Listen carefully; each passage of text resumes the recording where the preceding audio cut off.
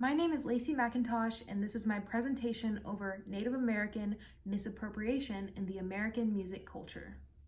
Nowadays, it's extremely easy to access music and entertainment at the touch of our fingertips. It's on our cell phones, on our computers, and TVs. Yet people rarely consider the impact that songs and entertainment has on society and the way it shapes their minds.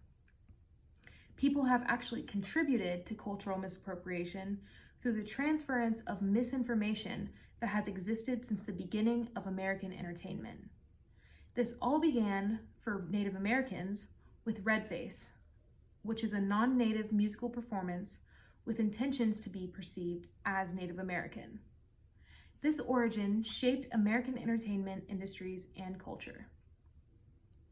Racial antipathy, a deep-rooted disdain for people based solely on their race, was how Redface was born. It was meant to control society's perception of Native Americans. Entertainment created stereotypes that portray one type of Native, omitting any cultural differences and significance between over 500 tribes.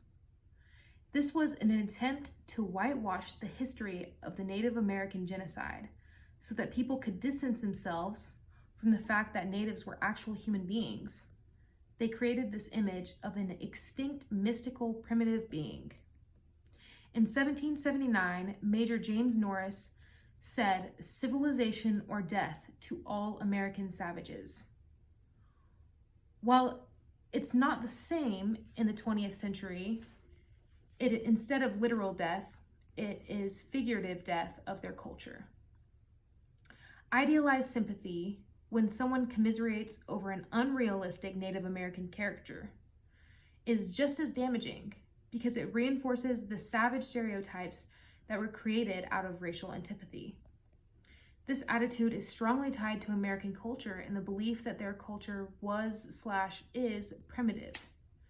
It sees Native Americans as only victims and not as survivors. This emphasis on a made-up caricature has led to many misconceptions, one being the belief that the tom-tom is the only drum, which completely disregards the vast variety of Native American drums and the uses for each. Not only has the drum been misappropriated, but the beats in many children's songs about Native Americans and Western movies that indicate an ambush is coming display the beat with emphasis on one. 1, 2, 3, 4. 1, 2, 3, 4. Even Native Americans have joked that this beat is a drum warning. White man coming, white man coming. I quickly found this YouTube video that has no indication of who is playing the drums or what tribe this authentic American Indian music is from. Without Native American culture being mainstream, the wildfire of this misinformation has left many culturally confused. More interactions with Redface and misappropriation than actual natives is the culprit. Misappropriation is when someone cherry picks elements from another culture without proper respect to the origin and takes those elements as their own. People see others doing it and think, why can't they do it as well? In 1840, playing Indian first meant to show no emotions. How we know it now is to dress up and act out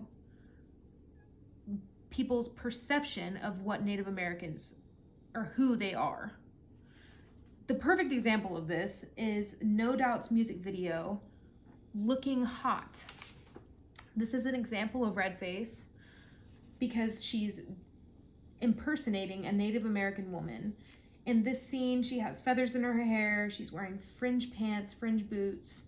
In other scenes, she's wearing Native American dress and fake regalia and her hair in braids. This is the first scene of the music video where she sings, "Go ahead, look at me, 'cause that's what I want." Not only does this demonstrate that it's acceptable to play play Indian, but it also sexualizes Native American women who are disproportionately affected by sexual assault. Another example of playing Indian was in fourth grade, the school held a reenactment of the 1889 land run.